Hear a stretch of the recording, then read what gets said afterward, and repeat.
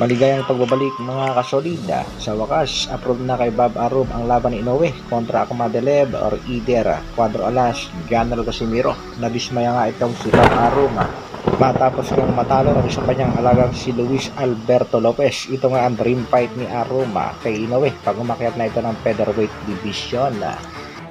Iyan ang ating mga pag-uusapan mga kasolida para sa ating unang balita.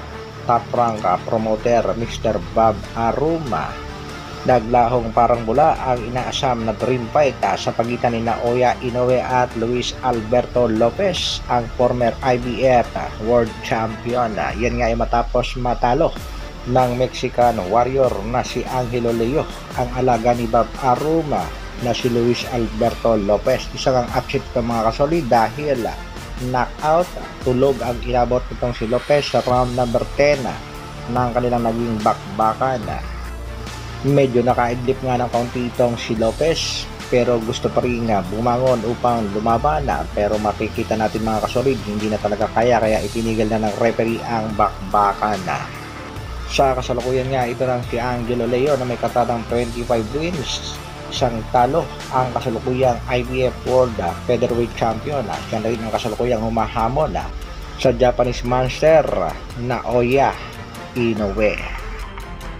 Sa kabilang balita naman mga kasolid, good news dahil sa latest na pahayag nitong si Bob Arum ay handa niya na nga isagupa itong si Naoya Inoue dito kay Murodjon Akhmadaliev. Alam naman natin nakatikim ng hindi magandang salita dito kay Mr. Eddie Hearn, itong promoter na si Bob Arum maging si Naoya Inoue dahil nga sa pag-atras dito kay Akhmadaliev. At ang isa pang magandang balita dyan mga kasolid ay payag na rin si Bob Arum kung sakaling magustuhang labanan ni Naoya Inoue ang angas ng Pinas na si Cuadro Alas, General Casimiro. Tila biglang nagbago ang isip ni Bob Arum mula nang matalo ang alaga niyang si Luis Alberto Lopez na gusto nga sana niyang itapata dito sa The Monster ng Japan Naoya Inoue.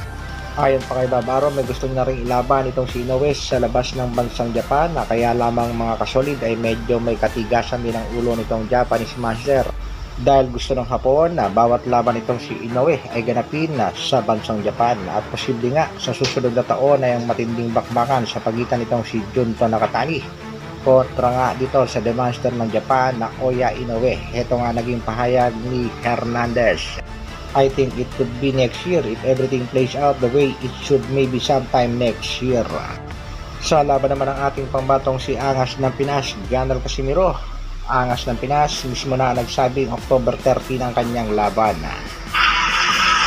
Maaga yung sir, October. October 13. Kaya isang good luck dito sa ating pambatong si General Casimiro. Pero kahapon lamang ay maraming mga boxing fans ang naprank naman ng kanyang brother coach na si Jason Casimiro.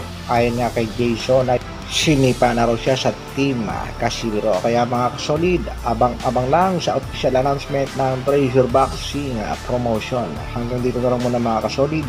Maraming salamat sa patuloy na pagsuporta at panonood. Isang like naman dyan at sa mga bago, pa-share at subscribe na rin ang ating video. Mabuhay! Brrrr.